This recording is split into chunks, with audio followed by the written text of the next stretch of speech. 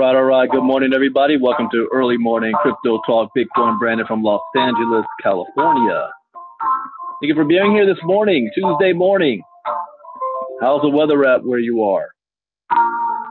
Nice and sunny out here, but a little bit cold. Go ahead and type in the chat box where you're listening in from, and make sure you hit the thumbs up button on the YouTube. So we got JJ from London, Shane West from Chicago, Lorna Vasquez, Bethany Gibbs from Seattle, Eldridge, Linda Reuter, Shayna Robinson, Shauna Jones, Latifa from Delaware, Court Gomes from Florida, Shauna Ross from North Carolina, Stan Williams from Tampa, Elijah Morgan from Hercules, California. Bet it's cold up there. A couple of interesting news this morning, and I have a couple of updates to share after that.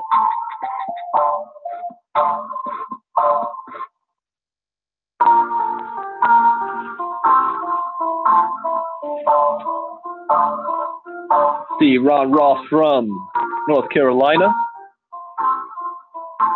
As a disclaimer, I am not a licensed financial advisor to be giving financial advice.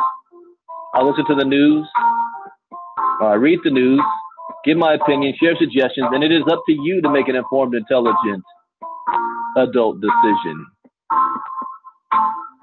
There are 4 rules I live by in the crypto space to have success. Rule number 1, education is key. Education is everything. Rule number 2, never invest money that you cannot afford to lose. Rule number 3, always get your return on investment back as fast as possible. And rule number 4, where do you see yourself in 3 months, 6 months, a year from now? What are you willing to do to make it happen? What vehicle of choice, like KGX? Make a decision, take action, stay focused, and do not get distracted. You know, those 2 things right there is a reason why 99% of people don't have success. They can't stay focused long enough. And even if they do, they get easily distracted. Those 2 things right there. Now, this is not going to guarantee you success, but it will at least minimize your risk. And that, ladies and gentlemen, is the most that you can ask for. You know, someone asked me that question, said, Brandon, how you know you are consistent? You do your crypto talks, like clockwork. I may not get the time right every single day at the exact time, but I am consistent. I've developed a habit on that. There is one thing I do struggle with because actually I am a procrastinator and I can be a little bit lazy. But one of the biggest things I struggle with is remaining consistent on my health. Staying in the gym like I'm supposed to. I haven't been to the gym in over 30 days. No. Once in the past 30 days. When my goal is to spend at least 4 days a week. in the gym. Now, I had that going for a little bit. But when things happen in your life, for some people, their therapy is the gym. It's the opposite for me. For me, the gym makes me feel more depressed. And that's something I got to fight through, fight over, not get distracted, stay on point. That's one of my biggest challenges that I'm going to conquer. What's yours? You don't have to type it in your chat box. Just saying. All right, let's go look at the coin market cap here. Looks like Bitcoin has, or crypto market has dipped a bit, a couple $100 million, 120.6 billion. Bitcoin dominance 52.8%. Still kind of flatline across the board. Mix of green and red. Let's see, best performers of the last 24 hours. Pundi X, 7.10%. Look at that. Why is that spiking? MOAC, 6.4%.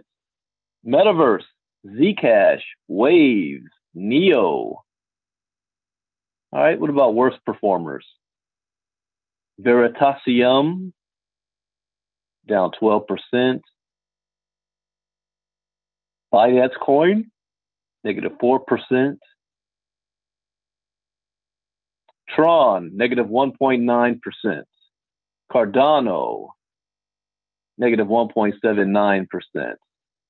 All right, let's see some news. And this is news that's really going to be covering institutional investors, because they are the ones that's going to run this market all the way up when the time is right. So let's look at the institutional investors. They are already here. They're already turning to crypto. Should you fear missing out? Yes. Normally they say don't let FOMO take over. In the crypto space, yes. Look at that. Ron's up in the gym listening to me right now. Well, I need to be in the gym. Should I force myself to go to the gym today? We got a whole lot going on. A lot of calls happening today.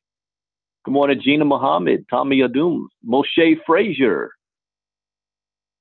Institutional investors are already turning to crypto. Let me put that in the chat box.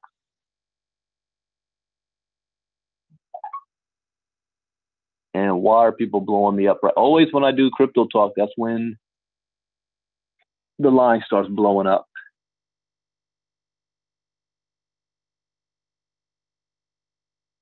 Peter Blackwell, hold on, let me let him know. Doing a live at the moment.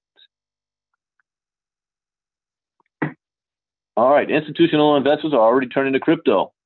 Anthony Pompliano, a Morgan Creek general partner, said that it is the first case in which public pensions have invested in the cryptocurrency market.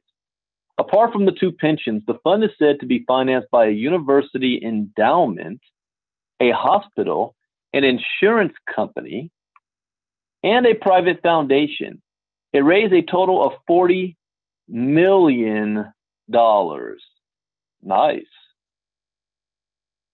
The pension. Fairfax County, wait a minute, I'm reading, yeah, that's the right one. Fairfax County Police Officers Retirement System Chief Investment Officer Catherine Molnar said, blockchain technology is being applied in unique and compelling ways across multiple industries. We feel it is important to be opportunistic and are excited to participate in this emerging opportunity due to the attractive asymmetric return policy that it represents. Look at that. See, when we say people that think that this is not going anywhere, that think that it has nothing to do with them. Your pension fund on your job is investing in crypto. One way or another, whether you like it or not, you're going to be involved in this space. One way or another. I mean, there's no getting around that. Your opinion doesn't matter. So, crucial first step towards institutionalization of crypto. The overwhelming majority of the crypto community has responded positively to the high-profile deal secured by Morgan Creek. But some investors have questioned the $40 million figure and expected the fund to be larger given the involvement of public pensions. So wait, they're saying, yeah, we're questioning it. It's actually more money. Go figure. However, the large amount of capital involved in the monumental deal of Morgan Creek is of less importance. Why? The deal led to the entrance of the first group of public pensions into the cryptocurrency sector. See, in other words, when one does it, then they are all going to do it. And they're going to listen to the people. The people are going to say, hey, we want you guys to be investing in this crypto stuff. Ron, you got your wife in the gym with you? Wow, I'm not going to say nothing about my wife. She'll jump on me. The deal led to the entrance of the first group of public pensions into the cryptocurrency sector. This is historic. You might want to write this day down. In the United States of America, this is the first public pension into the cryptocurrency sector. Now, all the people that's part of that pension, how many or what percentage of them do you think actually understand Bitcoin and understand crypto? A small percentage. Yet, they're involved in it. You see what I'm saying? Those of you that go to the Bitcoin boot camps, I say this around the country. I'm going to say it again in Chicago next month. Whether you like it or not, you will be involved. Public pensions are recognized for their conservative and cautious approach in investing. Interesting choice of words, conservative and cautious approach, yet they're in crypto. Due to the lack of properly regulated investment vehicles and trusted custodians in the cryptocurrency space, institutions have been reluctant towards investing in the asset class in the past several years. The Morgan Creek deal has shown that institutional investors are opening up to the cryptocurrency sector and are beginning to become more comfortable with the asset class. What article did we read the other day? It said that we are at the beginning of the crypto revolution. Pompliano says, this morning our team at Morgan Creek Digital announced a new $40 million crypto venture cap fund anchored by 2 public pensions. The institutions aren't coming. They're already here. Oh, I gotta quote that one. Yep, I gotta quote that one. I mean, really? Really? That is powerful. Morgan Creek. Oh, I got to use an image. I'll attach an image to that later. They're already here. This is not the time, if anything, people to be scatterbrained. Got to keep your eye on the prize. Pompliano stated, the belief is this gives them great exposure to what we believe are some of the best risk-mitigated opportunities in a nascent industry. You can take a small amount of capital. You can put it in a nascent industry. You can manage your risk correctly, but also get exposure to true innovation. You know what? I'll just use this article so people can actually just read the article.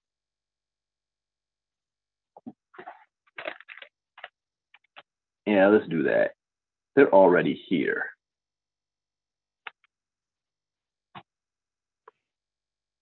I do that also because my father likes to monitor everything I do on Facebook. Without talking to me, that's how he keeps tabs on me. He can also tell, as fathers can, he can tell my state of mind. And he says, lately I've seen to be a bit agitated or aggressive, the word he used. You seem to be a little bit aggressive lately. I'm watching you. I got word from my dad. Since late 2018, some of the largest financial institutions in the U.S. market and the likes of Fidelity, and the reason why I put that there too, because he likes to read everything crypto, ICE and NASDAQ have continued to strengthen the infrastructure supporting cryptocurrencies as an asset class. The active involvement of widely recognized institutions in the crypto space could have fueled the confidence of other institutional investors in the traditional financial sector. Could it lead to an influx of institutions? Yes. You got to know business 101. You got to stay up with the competition. If your competitor is making a move, you want to remain relevant, you got to make the move whether you like it or not. Adapt or die. In mid-2018, Mike Novogratz, a billionaire investor and a former Goldman Sachs partner, said that once several institutional investors are committed to the cryptocurrency sector, more institutions will FOMO into the market, fear of missing out. I mean, everybody should have a red alert button on them or in their head. And you guys know this is, you might look at your bank account and if your bank account dips to a certain point, red alert. If your health dips to a certain point, red alert, intervention time. There should be a major red alert right now on our economy, our government, and individuals in our homes. We are in red alert state right now. Like you guys watch Star Trek, anytime the enemy came up, Captain Picard, red alert. Captain Kirk, Captain Janeway. Yeah, I'm a Trekkie. So it won't go there. 20 trillion. I think we did cover an article that talks about the crypto market going to 20 freaking trillion. $20 trillion? All the Bitcoin millionaires and billionaires today have been playing in a market that has grown between 100 and 900 billion dollars. Everything you see in the crypto space, less than $1 trillion over the past 10 years. The institutional guys, again, that's crypto. That one box there, that's crypto. Less than $1 trillion. The institutional guys are preparing for it to go to 20 trillion. You know what 20 trillion looks like? This is 217 trillion, global real estate. Let's see if I can see what global debt's 215 trillion. Okay, we got it around here. Well, 36.8 trillion is this group right here. This is $36 trillion. Crypto is one box right now. The institutional guys are preparing for it to go to 20 trillion, which will probably be up to here. From here all the way up. We haven't touched nothing yet. I can't sleep at night only for a sense of what is being aware of history, being alive at a certain point in history. And when you understand family tree and you understand opportunities with generational wealth, it only takes one in your family to set up generational wealth for the next couple hundred years.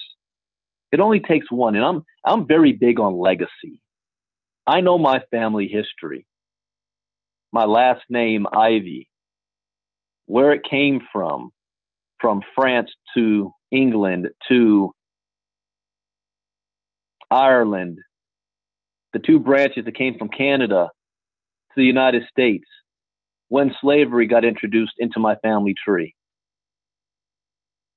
My grandmother's 94 years old, and her grandfather was the first in her family line to be born free. Her grandfather. She's still alive. She tells me the story. And to know that at this point in human history, I am alive and have the ability to take advantage of something that is revolutionizing all of humanity, greatest invention that we've ever seen, greatest economic transfer and shift in wealth in the history of mankind. Not for my children, not for my parents, but it's alive. I'm alive right now to take advantage of that. What, I'm going to sit on the couch and watch TV all day? Oh no. That's why I'm consistent. You only live life once. There is no do-over. All right, let me not get off on that tangent. You got to figure that out for yourselves. I know what I need to do. So let me get back to this because this kind of jolted me. $20 trillion. What is going to happen is one of these intrepid pension funds, somebody who is a market leader, is going to say, you know what? We've got custody. Goldman Sachs is involved. Bloomberg has an index I can track my performance against. And they're going to buy. And all of a sudden, the second guy buys. The same FOMO that you saw in retail will be demonstrated by institutional investors. Now, what he means by that, okay? I'm going to read that line one more time. And before I break it down in layman's terms, ask yourself, do you understand what he's saying? The same FOMO that you saw in retail will be demonstrated by institutional investors, Novogratz said. Do you guys have an understanding of that? And it's okay if you don't, because I'm going to break it down what that means. This is why education is so important. This is why I read these articles every single day, not to be entertaining, not because I'm trying to get hits. I'm not. I don't boost these.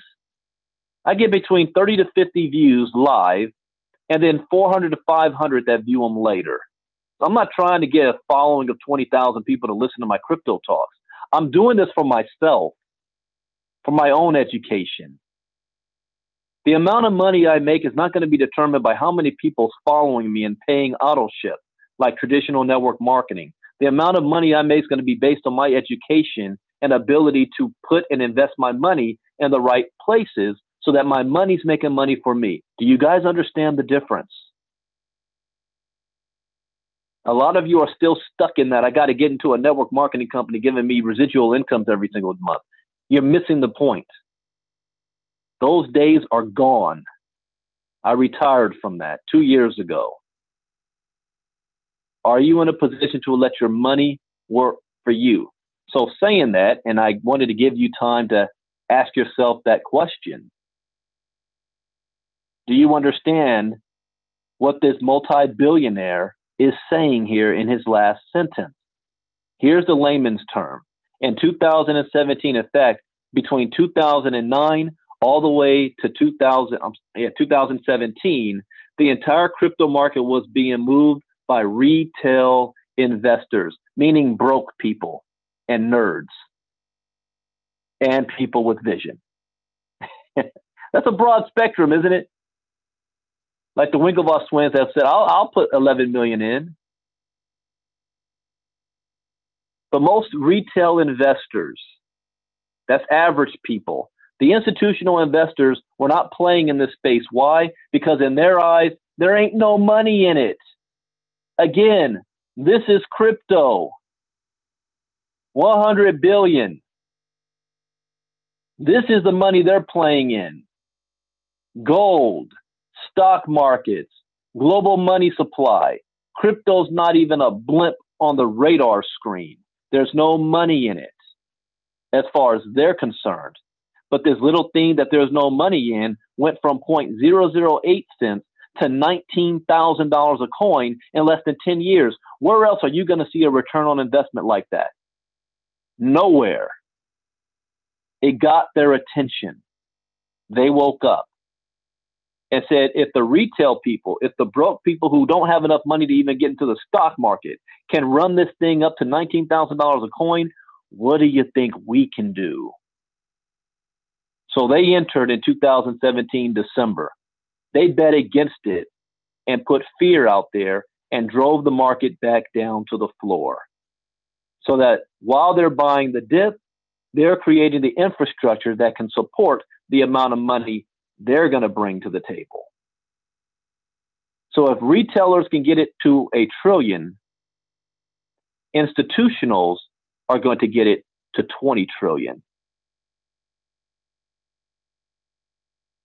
And I'm going to talk about capital in a moment, Shane. Because lack of capital is no longer an excuse. There's two things you can do.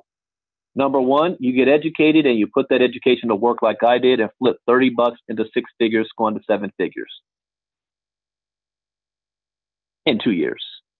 Or you can find a way to get some capital, use that capital, not to go buy a car, buy a house, buy jewelry, go shopping, go on vacation, but use that capital to invest in programs that is going to generate you an income without you having to recruit, without you having to sell, without you having to do anything other than letting your money work for you, just like the banks do. Or you can do both. That's what I'm doing, both. But I like using other people's money like every single billionaire has figured out. So I'll have some updates at the end of this. I'm going to talk about that in a moment. Anyways, when these institutional investors come in here, you're going to see a run up like never before because they're going to have fear of missing out. They're going to be like, man, Brett from across the street got involved. He dropped 5 million. Tommy hears that Brett dropped 5 million. What? Oh, I'm not going to be outdone by Brett. I'm going to drop 20 million. And then after Brett does that, David. Oh wait, I got a group of investors that have about a $250 million we're looking to put somewhere. Yeah, let's put into this crypto thing. That's chump change, $250 million. And then Robert is going to turn around and say, yeah, my buddy Rockefeller over there was just talking about this. We didn't know if it's real. Y'all got involved too? Yeah, okay, yeah, we'll put about $4 billion in.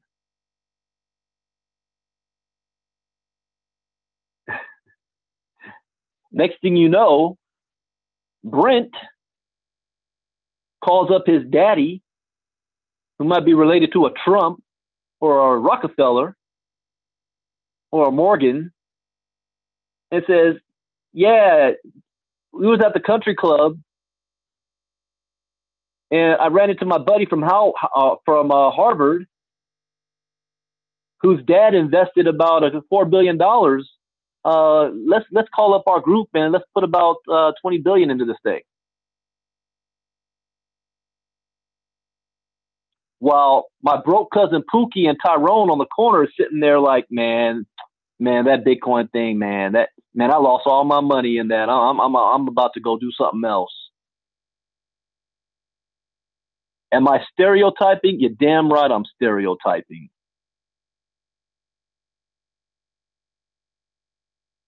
Because we know, as usual, who's going to miss the boat and who's going to capitalize on this.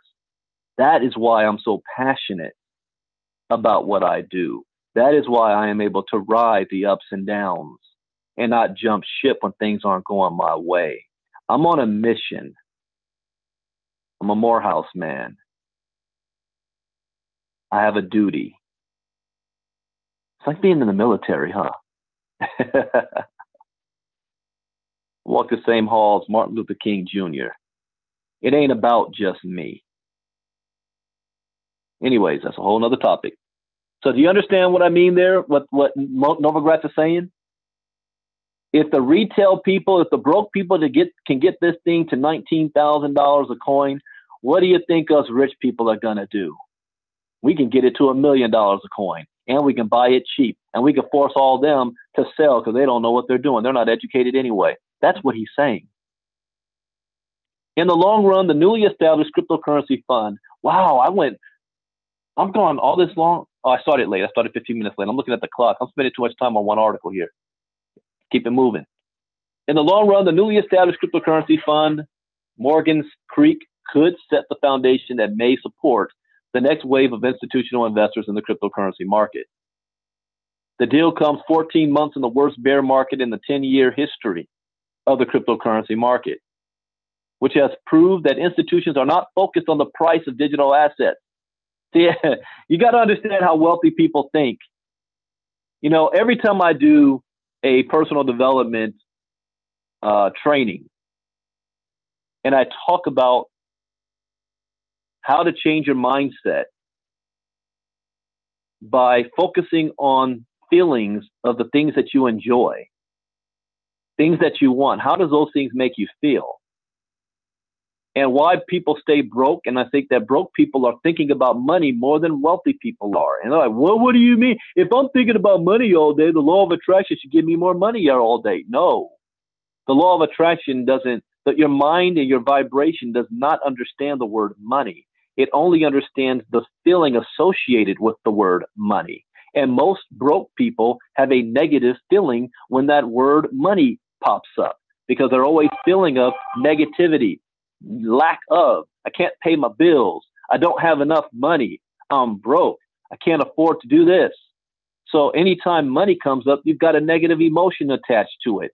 And if you're thinking about the word money all day and you have that negative attachment that's pumping out of you all day, you're only going to attract what you feel all day. See, wealthy people don't think about money at all. They think about lifestyle. They don't go into a store and worry about what the price is. They don't even look at the price. They don't care what the price is. All they know is that they want it, they buy it.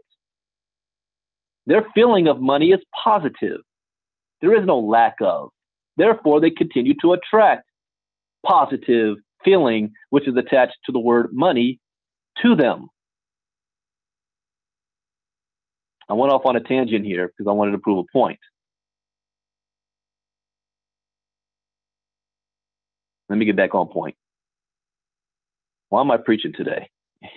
The deal comes 14 months. Oh, yeah. Here's my point.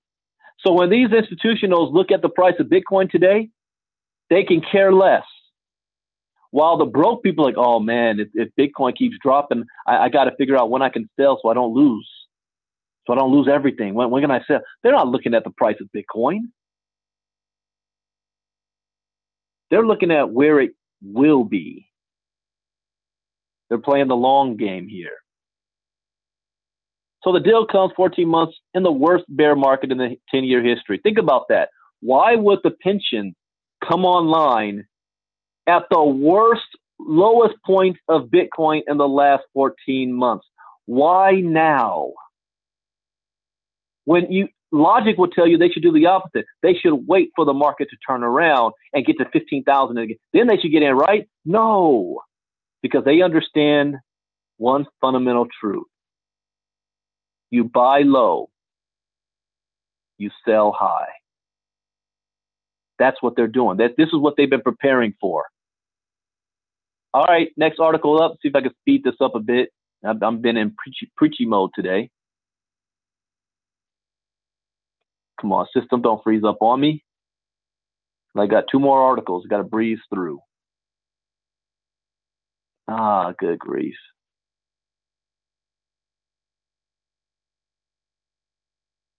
Oh, it's the same information.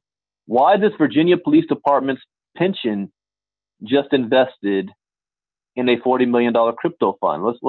And I'm taking time on this as well because this is historic.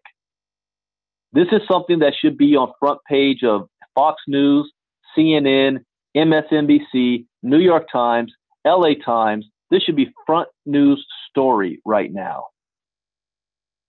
But you know who it is front news story for? Investors like myself that understands what's going on. Virginia Police Department. Frequent Bitcoin commentator and t-shirt salesman Anthony Pompliano told Bloomberg this morning that 2 Fairfax County, Virginia pension funds have gone in on Morgan Creek Digital News Funds for cryptocurrency companies. The funds represent $1.2 billion in assets for the pensions of police and other public workers in the county. How many police and public workers do you think is right now buying Bitcoin? I guarantee you it's a very, very, very small percentage, but their pension fund is involved.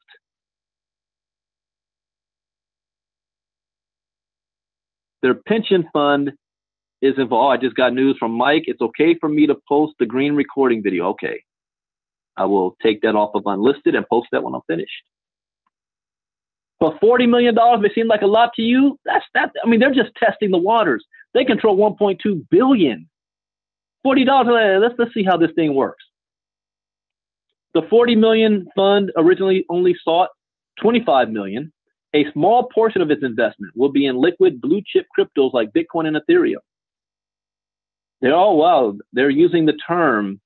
This is rare. I have not seen this term being used often. Liquid blue chip cryptos. You see, the language is starting to turn into the stock market type language. They're confident in Bitcoin and Ethereum now. The SEC has already declared both of those are not securities. Ripple's trying hard to be in that same category. You know what is in that category? Green, because Green didn't do an ICO. Their coins are not securities. It's a Bitcoin type, Ethereum type coin. Investment in cryptocurrency companies will be the majority of the fund's work. However, Coinbase and Bakkt have already been named as targets for investment. Public pension funds affect almost 20 million Americans. Nearly 4,000 exist.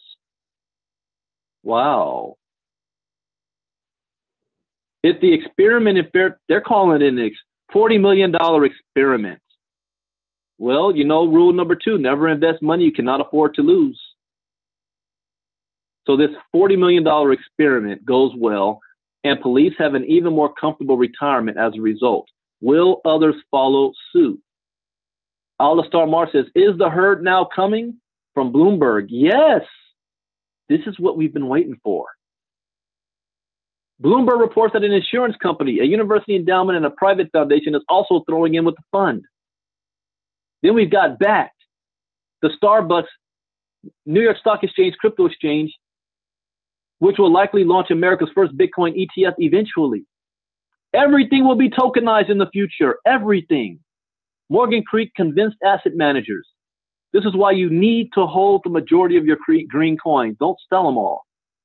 Whatever the crypto markets have been doing, blockchain as an industry has been attracting many of the brightest minds in Silicon Valley for years. Fairfax County's police fund chief investment officer, Catherine Molnar, told Forbes, blockchain technology is being applied in unique and compelling ways across multiple industries. We feel it is important to be optimistic and are excited to participate in this emerging opportunity. I need to quote this also because I want Facebook to remember this. This is historic. This is like the moon landing. This is like taking the first man to first step on the moon, because when this happens, it is not turning back. This is historic. So, who said this? Catherine Molnar, chief. I'm going to copy that.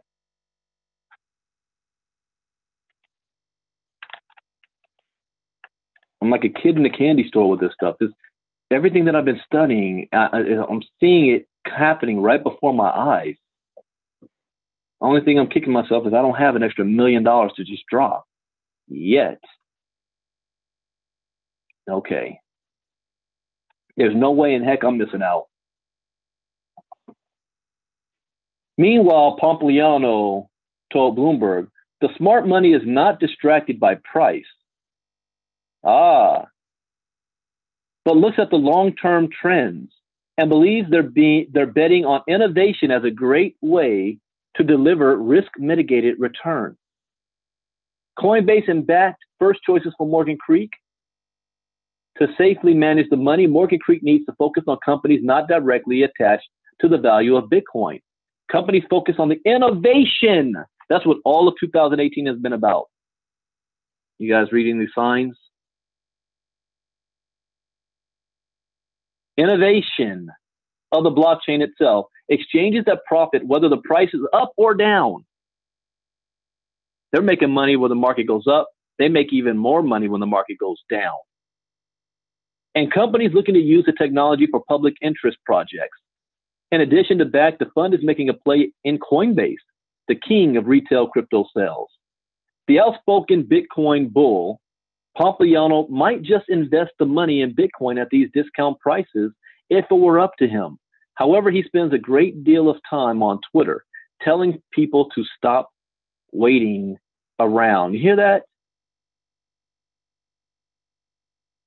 Pompliano, they're telling, it's not like in history when people say, man, I didn't have an opportunity because the rich people's hoarding all the information to themselves. They've got insider knowledge.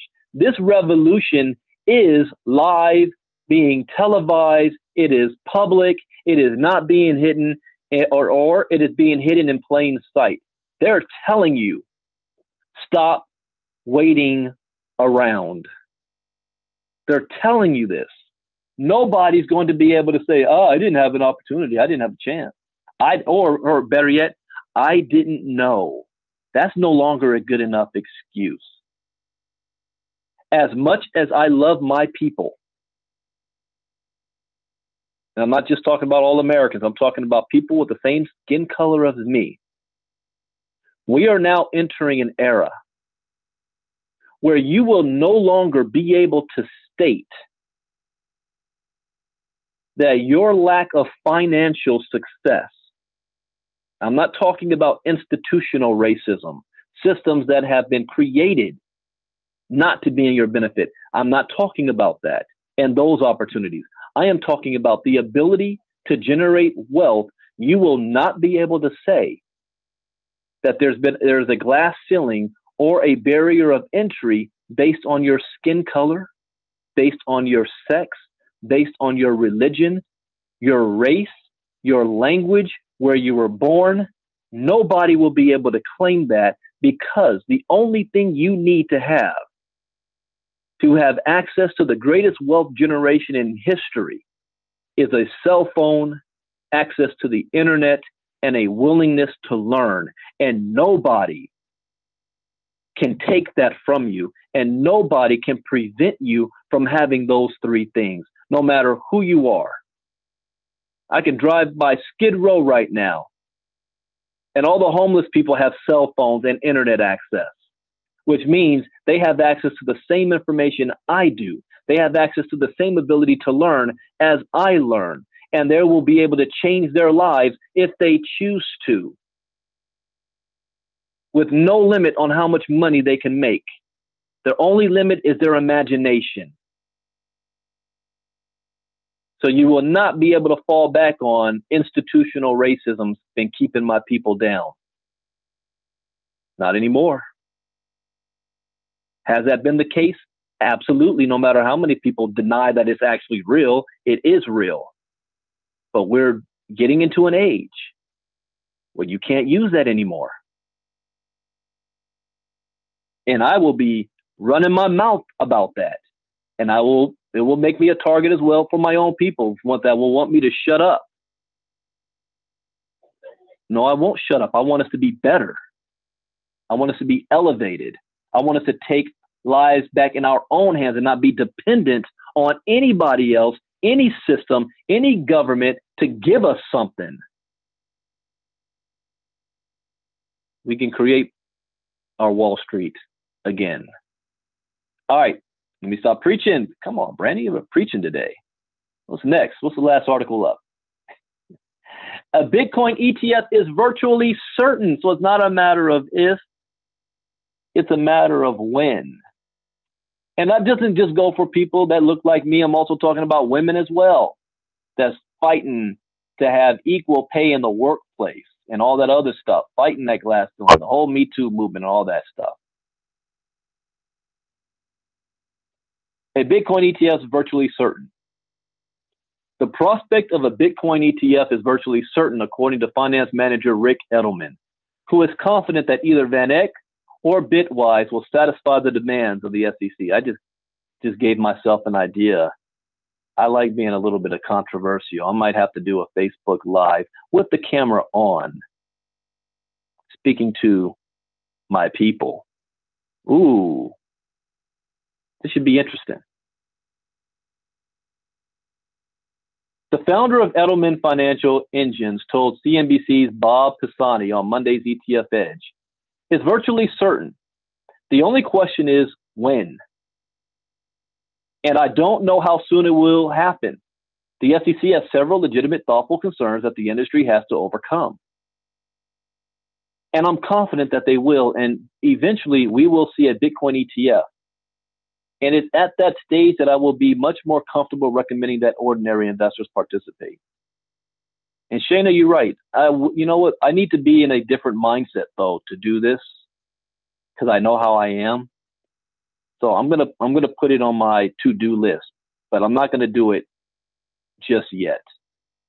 Certain things I want to be in a situation, and then I'll start running my mouth. CBOE VanEck ETF certain. The dramatic pendulum that is the ETF saga swung dramatically in the past few weeks. First, CBOE withdrew its ETF application due to the government shutdown. Then barely a week later, refilled the application with the SEC, with little fanfare from the crypto community.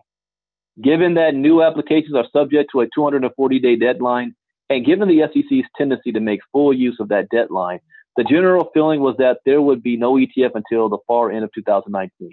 Reason why I say that, Shayna, that I don't want to do it just yet, and I got to be in the right mind because I know what the blowback's going to be. I know I'm going to be challenged, and there's too many things I need to focus on right now than to be taking up that debate, because I know it's going to come, and I already know from what area it will come from. It will happen, just not today. Given that new applications are subject to a 240-day deadline, and given the SEC's tendency to make full use of that deadline, the general feeling was that there would be no ETF until the far end of 2019. We've got some serious play. However, opinion in the crypto space is nothing if not varied, and Edelman believes that the SEC's demands will be met. In short order, he said, "We've got some serious players. Fidelity has made a major announcement in the custody issue. We've got Kingdom Trust and a number of other very serious players on the custody side, and I'm confident that in very short order, VanEck or Bitwise will satisfy the custody concern of the SEC." When asked by Pisani how the ETF would be viewed in light of price manipulation, there you go again. Price manipulation, particularly from overseas traders, Edelman compared the digital asset class to that of gold and oil, saying, "Another thing is manipulation. I put Bitcoin in the same category as oil and gold, globally traded assets beyond the control of the SEC, and the SEC is just going to have to shrug and say that that's the way it is. It is what it is. It's the cost of doing business." Demand among investors. Also interviewed was ETF analyst Tom Lydon, who said he has personally witnessed a simmering demand for a Bitcoin ETF among financial advisors. Lydon said, "There is spent-up demand. We interview advisors all the time. 74% say they've talked to clients about their interests in Bitcoin, so the need to step up when this happens because that money is going to go elsewhere." Cleve Stewart's saying there's no crypto talk. I'm doing it right now. Cleve, I am doing crypto talk right now, almost for an hour, about to wrap up. Anyways, also interviewed was ETF analyst Tom Lydon, who said he has personally witnessed a simmering demand for a Bitcoin ETF. There is a pent-up demand. They're ready. We interviewed advisors all the time. 74% say they've talked to clients about their interest in Bitcoin, so they need to step up when this happens because that money is going to go elsewhere. CNBC's coverage of in other words, they're saying they're putting pressure on their agencies. If you don't provide this for us, we're going to take our money to an agency that will. CNBC's coverage of the interview ended with a poll asking readers if they would invest in an improved Bitcoin ETF. The answer was 70% in the positive from an admittedly small sample size. It doesn't matter small sample size. That small sample size represents billions. And when they make a move, everybody makes a move. All right, that is it for early morning crypto talk. Right now, I will say this since we're talking about investing. If you've ever read Robert Kiyosaki's Rich Dad, Poor Dad, and then you go into reading the cash flow quadrant and his books about, the business of the 21st century, you'll see a common theme. And Robert Kiyosaki says it all the time. If you have nothing, there's only two things you can do to be in a position as an entrepreneur to generate wealth. Number one, inherit money. Actually, there's three things. One is inherit. That's how Donald Trump got what he did. That's why the Rockefellers, that's where the Morgans, the Rothschilds, that's generational wealth that's being passed down from family to family. And each generation builds on the wealth that they're given. Unfortunately, that's not most people. The second thing a person does is they get into network marketing. It is the easiest way with a low startup cost that you can put your effort into something and build enough resources to then allow that money to start working for you. In other words, you flip it.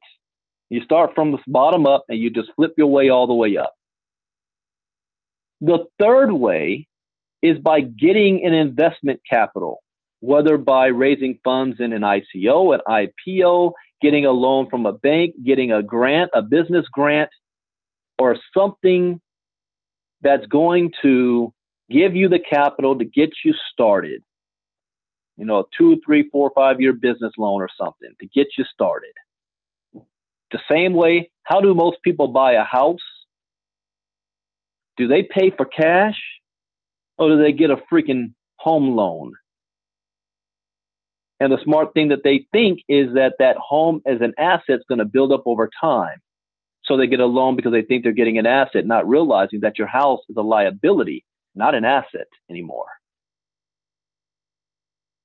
They don't realize that fact. 90% of people that say they own a home, they don't own it. They live in it, they don't own it. The bank owns it.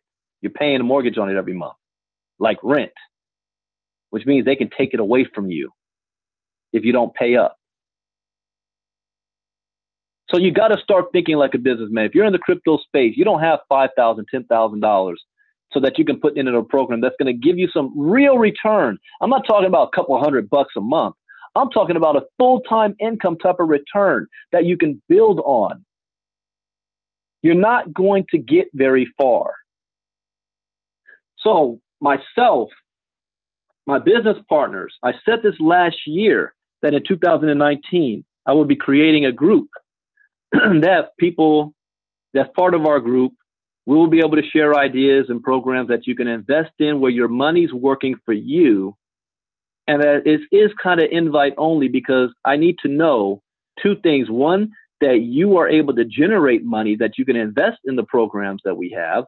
And two, that you're responsible enough to know what to do with the money once you get it. Not for everybody. And finally, we ran across something that is, it's actually doing two things. It's like, what's that term? Shooting two birds with one stone. One, fixing your credit. Without credit, you're going nowhere real fast. And then number two, securing you a loan with your fixed credit that you now can put towards your investments. And then you will let those the profit from those investments pay off the loan, and you can live off of and put into invest in other things. So now you have multiple sources of income coming in from your money, and you didn't come out the pocket anything. We got that program. So if you want to be a part of that, send me a message because I am still being selected. There's still some people I have not replied to. You got to send me a message. There is a special call taking place today because I want to get prepared. KGX is coming out with 2 programs that you can invest your money into. What good is it if y'all don't have no money to even put in the program to begin with? You're struggling just to get there. And then you're trying to work your way up. Now you're talking about you're a year, 2 years out from having anything serious to put in there. So today at, what time was that? We got 2 calls happening today. We've got a call with Green. Can anybody type in the chat box again what time that call with Green is taking place? It is going to be a Q&A with Green. Anybody know what that is? Please put it in the chat box. And my computer, I'm on my other computer right now. I got to get the time for this. But there is the funding is coming from the bank, and there is representatives that put the loans through. They're going to be talking today on how that whole process actually works. Let's see, what time?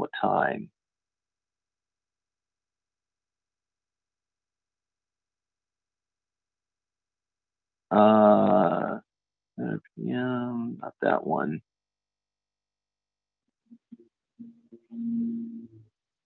Not that one. Good grief. Alert. Yeah, I know that. Oh, man. Well, send me a message. I know that it is happening today. I forgot what time. And then the Green call, 4:30. Oh, Stan, thank you, Stan. Okay, so we got Stan's on it. I got to look at the chat box. 4:30 p.m. is the Green Q&A. If you got that email, you can still respond to that email if you have questions. Remember, I'm not customer service. I don't know any insight on what Green is doing. I can't answer those questions. So send an email, reply to that email with your questions so that they can cover it. And then at 6:30 p.m. Eastern, so that's 3:30 p.m. Pacific time is for the funding. 4:30 p.m. Mountain time, it's at the same freaking time? 4:30 p.m. Mountain time is 3:30 p.m. Oh, Pacific time. Okay, so it's not the same time. Yeah, it is. Oh, God, you got to be kidding me. They're both at the same freaking time. I got to be on the Green. Yeah, I got to be on the Green. So the other one's going to be recorded, or I'll record it on my computer. Anyways, good grief. Why I got to do it that way? Anyways, we got called. Those of you that's in the Green, we got the Green call. Those of you that wants the funding and you're not a part of Green, then we got the funding call. So anyways, you guys have a great morning. I've got a lot to do. People's been blowing me up as well. And you guys have a great day. Well, you say it's different times. Yeah, well, okay. So 6:30 Eastern is the Green call. 9:30 Eastern is the funding. Is that how it is? 9:30 Eastern is the funding call. In a few days, we'll see. I have to get with Mike. We have major announcements as far as KGX is concerned. There's also another reason I can't sleep at night. So a lot of things on the horizon, a lot of things we are prepared for. Those of you that have been preparing, it's a good time right now. I'm excited. Tired, but I'm excited. Anyways, have a great day, everybody. I'll see you all later on. There will not be a crypto talk tonight because we've got so much stuff happening. So I'll be back tomorrow morning for early morning crypto talk. Bitcoin Brandon out. Bye-bye.